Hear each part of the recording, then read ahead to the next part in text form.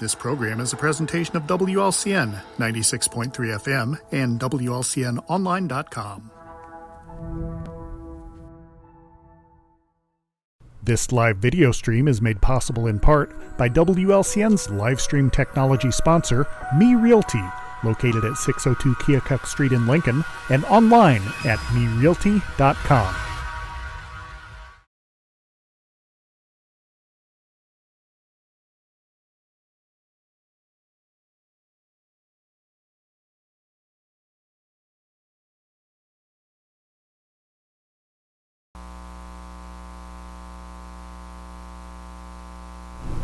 It is 4:02 p.m., time for the 4 p.m. 411 here on WLCN 96.3 FM. My name is Loyd Kirby. I am the marketing manager here at WLCN.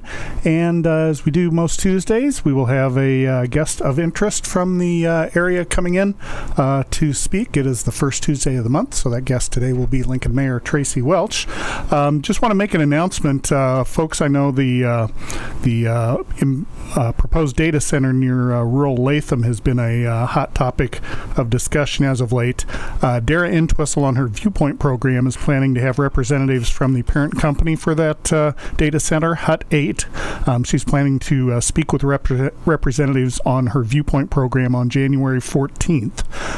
However, due to scheduling conflicts, it's going to be a pre-recorded show, so it will be recorded in advance of January 14th. So if you have any questions you would like her to ask of the Hut 8 representatives that will be joining her, if you could please email those questions to viewpointondwlcn@gmail.com, and if we could get those before 4 p.m. tomorrow, January 7th, that would be great, and that will give her time to get those put together. And I believe the interview is still in the works, but again, the plan is for representatives, a pre-recorded program a week from Wednesday with representatives on Hut 8, the parent company of the proposed data center near Latham. So once again, viewpoint on WLCN@gmail.com if you have questions you would like her to pose to the Hut 8 representatives. So as I mentioned, it is the first Tuesday of the month. Joining us, Mayor Tracy Welch. Thanks for having me again. No problem. And Happy New Year to you. Yeah, I was. You sent me a list of topics, and I actually did some homework ahead of time, and I had a few topics, so we should have no problems filling the half hour. If you do have questions of Mayor Welch or a comment on a particular topic you would like to make, 217-648-5510, the number to call. You can also email your questions, 4 p.m. 411@WLCNonline.com. There was a city council meeting last night during which some various items of business took place. You mentioned to me in the well, actually, let's just start with we'll do a plug for your event coming up this Saturday. Is the Coffee with the Mayor event. So that is January 10th, 9 a.m. once again, competing with cheap seats at Guest House Coffee and Pastries, but you'll have a couple guests with you this time as well. Yeah, I'm going to bring Code Enforcement Officer, Building Safety Officer Wes Woodhull, and Alderman Stan Anderson. They're going to be joining me. So if you have a code enforcement question or something general about, something going on in town, come out and let us buy you a cup of coffee and see if we can answer your questions. So scheduled time for that is once again 9 a.m. to 10 a.m., but as you've said before, as long as folks have questions or items they'd like to discuss, you're willing to stick around as long as your schedule permits you to do so. Yep. So once again, that's at Guest House Coffee and Pastries, downtown Lincoln. You did have a few items of business that took place last night, as we mentioned. I saw that you have I'll put air quotes up, new staff member on the police force now, or at least Yes. new in title. Yep, Officer Christy Frege. She was officially approved and sworn in last night as our new deputy chief. She's not replacing Deputy Chief Comstock. She's actually in a newly created position, and one of them will take over some administrative things. The other one will focus on operational things. Up until now, Deputy Chief Comstock's been wearing both hats, and the force is growing in numbers, and this was a logical move the chief made, and I supported. So I think it was a great decision, and we've got the right person in there. Yeah, absolutely. She's got, I believe I read, was it 25 years of experience Yep. on the force, and of course, well known with her involvement with the DARE as the DARE officer, and just children's welfare in general is sort of a hot topic for her. So yeah, as you said, a wonderful choice. So Yep. congratulations to her. I'll go ahead and ask you this, because I think you'll finally be pleased to give me a different answer. Any news on Taco Bell opening? It may or may not have opened. May or may not. Yeah, it finally did open. If you've drove down Woodlawn over the last week or so, you've probably seen a line of varying sizes go through there. We took a little pause in my household and waited for people to get through. We went through on a day when it wasn't so busy, but it was great. I mean, I got my favorite foods there, and hopefully everybody else is getting what they want and being patient, Right. And understanding it's a new business. It opened up pretty quick, so yeah. Yeah, and there's some, I don't know, logistics or traffic flow issues. I don't know if they're issues, but considerations, I guess you could say, there with them being located on that busy corner and the drive kind of extending out into Woodlawn, as well as the one time my wife and I drove past, or one time early on, there were cars out onto Woodlawn and kind of around the corner down Old 66. So, but as you said, patience and showing some grace to the employees as it's their first time through, certainly appropriate in that situation. And last few times I've driven past, it's been busy, but not as busy. So just like we would expect, I suppose. Let's see. Eeny, meeny, miny, mo. Also at your meeting last night, developments as far as a no-knock registry developed for the city. Can you kind of tell us what that is and what's involved with that? Yeah, so for quite some time, we've had a solicitors list on our page to inform people of who's out in the community and soliciting door to door. And the rule is if they're not on the list, they're not permitted. Right. But the chief of police, and you may have spoke with Joe about this, but the chief had been talking with the chief of Monticello. They've got something called a no-knock registry, and essentially you can sign up as a homeowner or a resident, and you can sign up and say, I don't want people soliciting at my door. And we'll have a way for you to sign up. We'll have a way for the solicitors to go on and look in real time who's in the database. It won't show the name and the address of people. It'll just show the address for privacy reasons. But we're just trying to take that one step further. And so we're pretty excited about it. I think we'll get some good results. Monticello raves about how well it works for them. So we'll see. And so with that, I was watching the video of the meeting. It sounds like eventually there will be a mechanism on the city website for folks to go sign up. Yes. And then another question that I had just in watching that, how is that, like, if someone violates that, how is that enforced, or what kind of penalty or what happens next? Well, since it's new, we haven't gone through it, but the way I envision this working, and I'm sure others at the city do, is that if you feel that someone was soliciting when they should not have, especially if you have chosen not to be solicited to, then you can call the police department, the non-emergency number, file a complaint with them. They'll do an investigation, and if warranted, the individuals in question will receive a fine.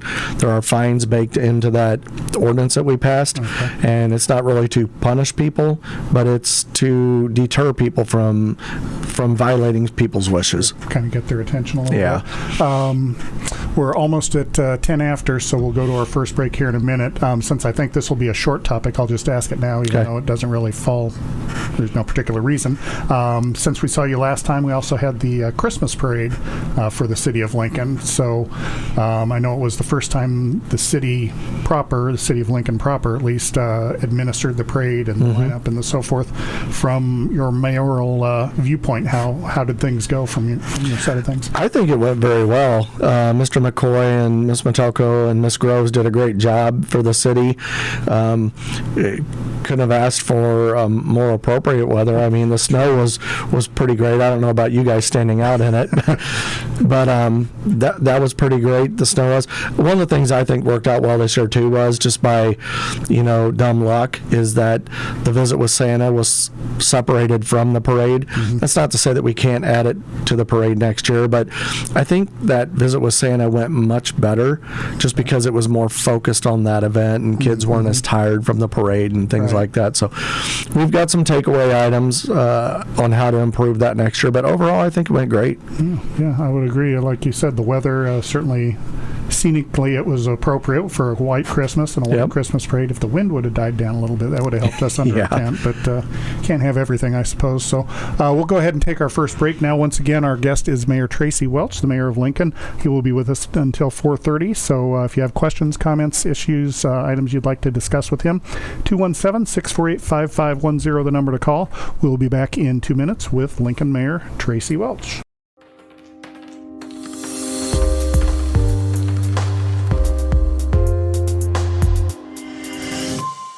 Hi, I'm Smokey Bear, and I made an assistant to help you out, because only you can prevent wildfires. Hey, Assistant Smokey Bear, call me Papa Bear, because I'm grilling up dinner.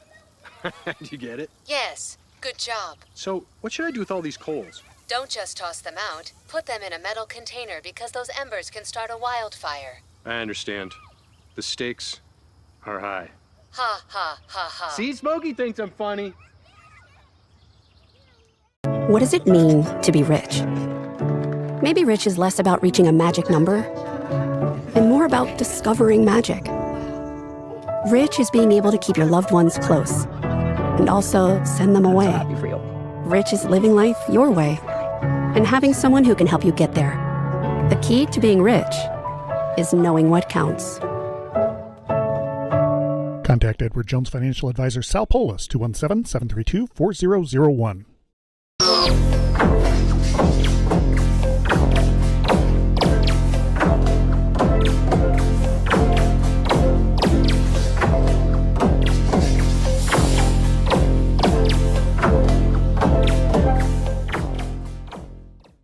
Whether you're buying or selling your home, the brokers of Me Realty will work with you to get the deal done.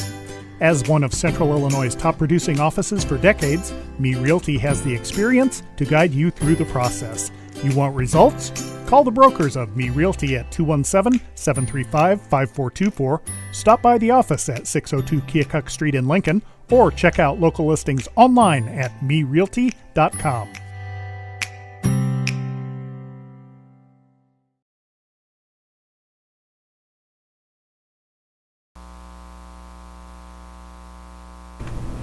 And we are back on the 4 p.m. 411 here with Lincoln Mayor Tracy Welch. Once again, 217-648-5510, the number to call if you have questions, comments, issues, items you would like to bring to Mayor Welch's attention.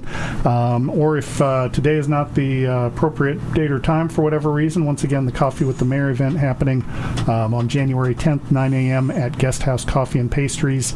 Mayor Welch will be there, as well as Alderman Stan Anderson and Building and Safety Officer Wes Woodhall. So that happens on Saturday at 9 a.m.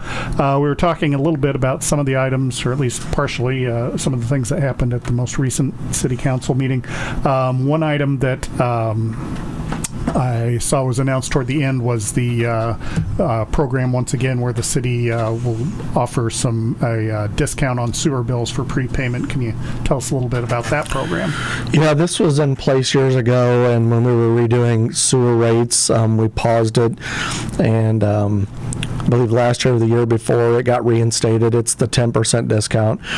And so once your reading has been taken care of for your residents and the clerk's office knows what your new rate will be for the following year, you can go in, you can elect to pay for the year in advance. You'll save 10% on doing so.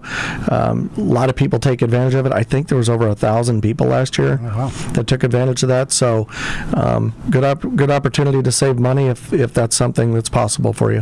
And there are particular dates involved with it. The payments must be made between February 1st and February 20th. Yep. 20th being the last date.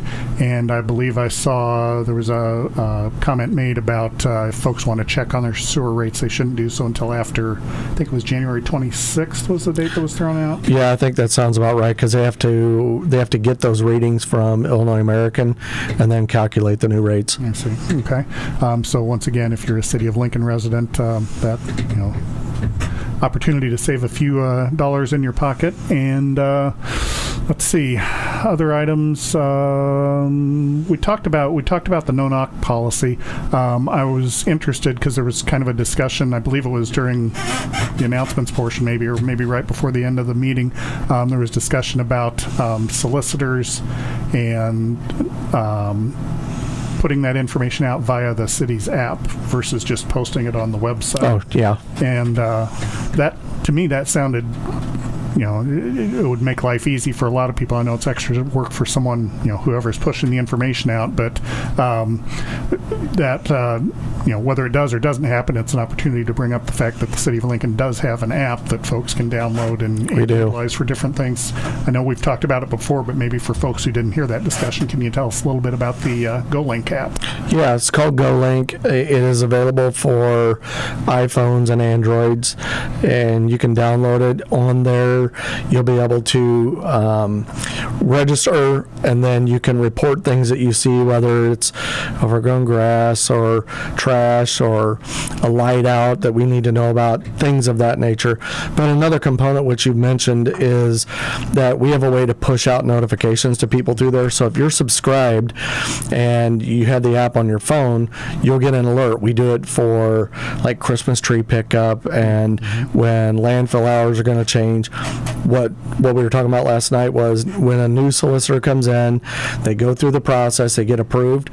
We're going to push that out to everybody that has the app. We're also going to put it on Facebook so that people are aware that there is a new solicitor out in town. I think it'll help from an awareness standpoint. I think it was a great suggestion by Alderman Bateman that we do that. And I don't think it'll be a lot of extra work for the clerk's office. It's just a simple email to another staff member that says, hey, can you push this out? Charity's kind of like our comms person. So, and she's good and efficient at it. So, yeah. There you go. It'll keep her busy. Yep. Or even something, as you were speaking there, is there a way to just have like a branch or a drop down or something in the app that these are the current solicitors and folks can check that one? There's a link in the app where you can get to the city website, but we could add that in there.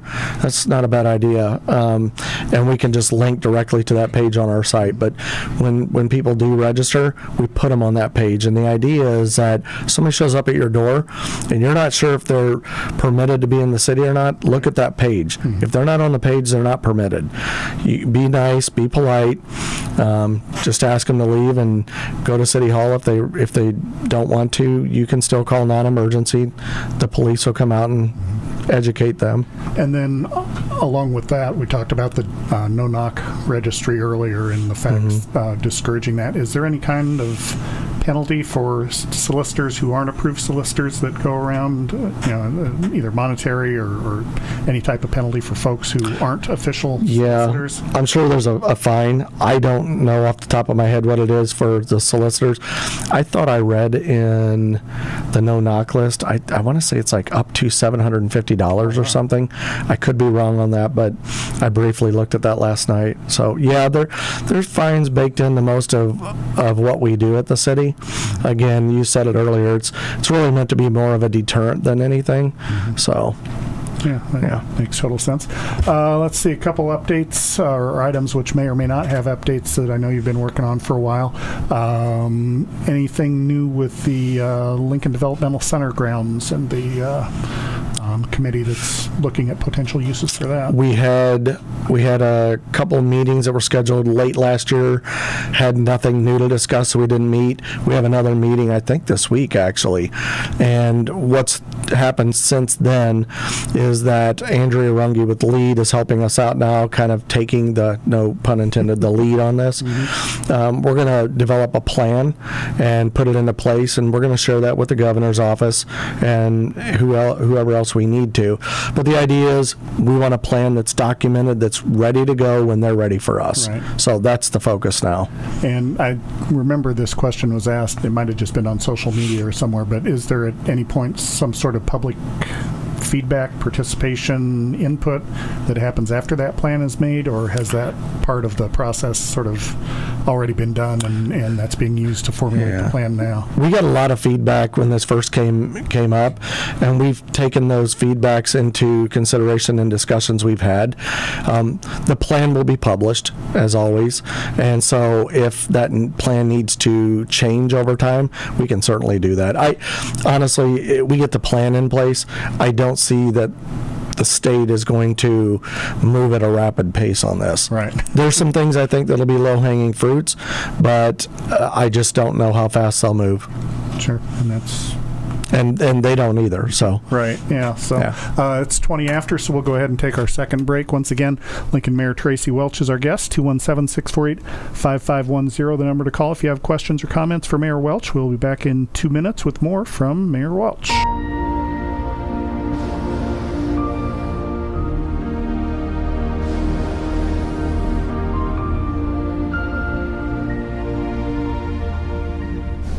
Culver's is a family restaurant. To me, that means being the place that puts a smile on everyone's face.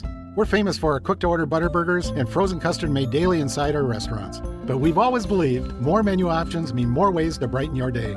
We source the finest chicken to bring you our tenders and chicken sandwiches. And our cheese curds. They're a Wisconsin tradition we're proud to share with you. So take the next meal shift off and let us take care of you. Welcome to Delicious. Culver's, home of the Butterburger, 2530 Woodlawn Road in Lincoln. Regular fans, you all know there's a home field advantage when it comes to sports. The same applies when purchasing a car, truck, or having your vehicle serviced. You'll have the home field advantage when shopping at Grouse Chevrolet in Lincoln. The trained sales staff at Grouse will provide you with a no-pressure sales process. It'll put you at ease all the way through the delivery. When it comes time for service, the certified mechanics will care for your vehicle like it's their own. Call or stop by the dealership on North Kickapoo Street in Lincoln or online at growinc.com. It's Grow right now.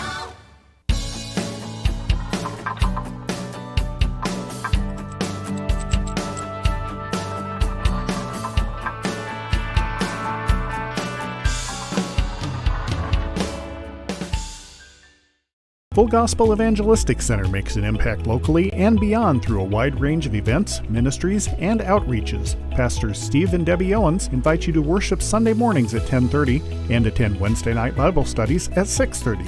Connect with FGEC online, follow them on Facebook, download their app, and visit their new website at myfgec.org with live YouTube video streams as well as recordings of services and special events. Full Gospel Evangelistic Center, 304 North McLean Street in Lincoln.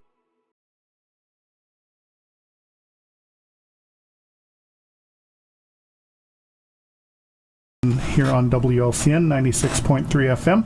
Once again, our guest until 4:30, Lincoln Mayor Tracy Welch, 217-648-5510, the number to call if you have questions or comments for Mayor Welch. We were talking during the break about a couple ongoing projects. We talked about the Lincoln Developmental Center grounds going into the break, but he said there's movement on the much-awaited pavilion at the 8th Street Park, and things are happening there as well. Yeah, everything's been put into place and in motion. We're going to meet this week and have a really brief conversation about paint colors. But other than that, the project's moving forward, and if we're lucky, we'll see it up by September 1st. I think it'll move pretty quickly. And so can you kind of summarize like what that pavilion will consist of as far as is there a stage? Is there a roof? Or is there seating? Is what? Yeah, we always bring up Sherman and a pavilion that they have down there. Ours is not going to be as grand as theirs, but it will be. It's a concrete platform. There's going to be a roof to it. It'll have lighting. It'll have a backdrop. And we're putting electrical in, but it'll go there on the corner of, I think it's Pine and 8th Street. Okay. And if you've seen where we've done movie nights in the park, it's in that location. Okay. So we think it'll be good for multiple use, theater, acoustic shows. I mean, the possibilities are really endless there. Yeah, absolutely. So. And also, we talked during the break, the 5th Street project, there isn't really anything new to speak of, different, I think, since the last time you were here, but we're still, as far as you know, we are on the docket, so to speak. On the docket with IDOT. Hey, knock on wood. This is our year. All right. Well, we've been waiting for a few. So. Yeah. Let's see. Some other items of interest. The city developing a strategic plan. You mentioned to me that is, I don't know, sort of going to be a focal point, I guess, or an area of emphasis here. Yeah. We've worked on this throughout 2025, and we've got it to a pretty good spot. Alderman Sanders was working with Alderwoman O'Donoghue on this. When he stepped off, it kind of took a pause for a bit, but I talked with Alderwoman O'Donoghue last night, and I'd like to make this a priority for this year to get it done. It'll align with a lot of things that are going on from regional planning, the county, just a number of different areas. So I want to get this plan in place to help give us some direction. And so what, I guess, what does the plan do that, I don't want to say that you can't do already? I mean, how does that help as far as governmental affairs and priorities and things like that? Well, I think the best way to summarize it would be to say that you're right. We have got a lot done, and we're moving at a very good pace, I think, in getting things done at the city. But these are things that just come up as topics and we move forward on them. Having a plan helps give us a very articulated plan or a vision to drive forward, and the things that are priorities to us, some are more of a priority than others. And I think that this plan will help us. Like, one of the things that has been brought up for years is we need a firehouse on the west side of town. It's a huge safety hazard. Well, it's those type of things that will be worked into the plan. I don't know if it'll make it in the plan. I think it will, but like the alley at the library, those type of projects. And it's also other things about how we communicate, how we address economic development, how we work as a council. It'll be a pretty broad plan, but essentially we want to tie our plan into the plan of our partners in the surrounding communities. Sure. And it's just a good way to be in lockstep. And so is it like a 5-year plan, a 10-year plan? Is there a time frame to it? We were shooting for a 5-year plan. So we're a year behind on it now. But I think we can still get a 5-year plan out the door. It can be adjusted and changed over time. Sure. Things change. Yeah, absolutely. So strategic plan I talked about. Also coming up is the budgeting process for the city, which obviously talk about planning. Certainly there's a lot of planning that goes into that. Yep. Can you kind of, from a overhead viewpoint, I guess, kind of tell us what that process is as far as how things get decided, as far as where the money goes and what becomes priorities? Yeah, that's essentially what it is we have a budget committee, and it's the treasurer and 2 council members.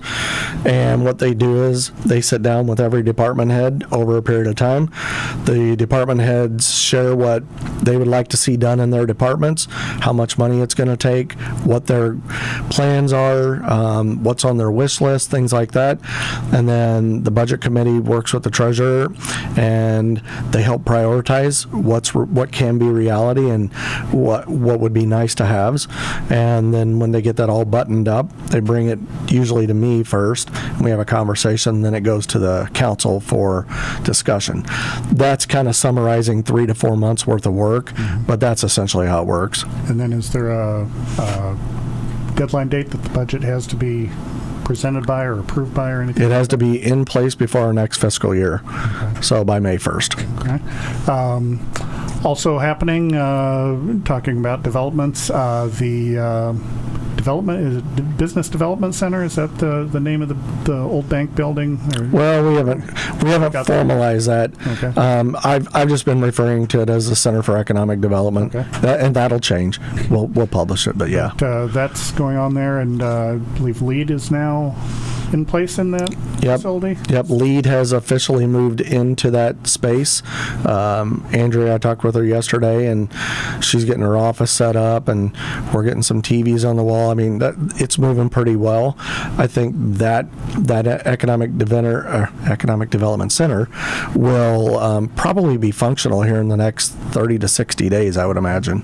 And then, for those who may not be aware, can you kind of walk us through like which parts of the building are being used for which purposes? Like, sure. If you're standing on Broadway Street looking at the building, it's the building that sits on the corner of Broadway and Chicago. Okay. From left to right, left is actually 500 Broadway Street. There on the corner, that's the new Economic Development Center where Loyd will be, and our incubator that we're standing up, and the incubator is ready to go. The next portion is the center part. That's what we're calling the administrative offices. My assistant sits in there. Mr. McCoy has an office in there for tourism in the museum, and then the last part, the big part's the museum, and it's underway also. I mean, they're framing walls and getting things ready, so a lot of stuff going on in that building.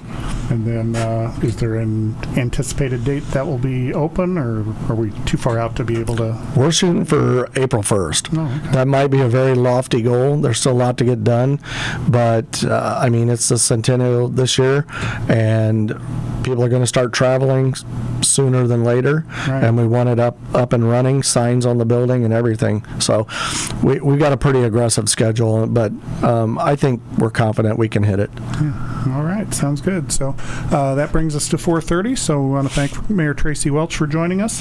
We will be back next week with the 4 p.m. 411. Don't forget to tune in to Dara Entwistle on the Viewpoint program tomorrow morning at 8 a.m. And then if you do have questions for the representatives from Hut 8, she will be taking those questions through 4 p.m. tomorrow. And then the plan is to have a pre-recorded Viewpoint program a week from tomorrow. I guess that would be the 14th, during which she will ask those questions of the representatives from the parent company of the proposed data center. So once again, Mayor Welch, thanks for joining us. Thanks for having me. And this is Loyd Kirby. Thanks for listening and for watching. This live video stream is made possible in part by WLCN's live stream technology sponsor, Me Realty, located at 602 Keokuk Street in Lincoln, and online at merealty.com.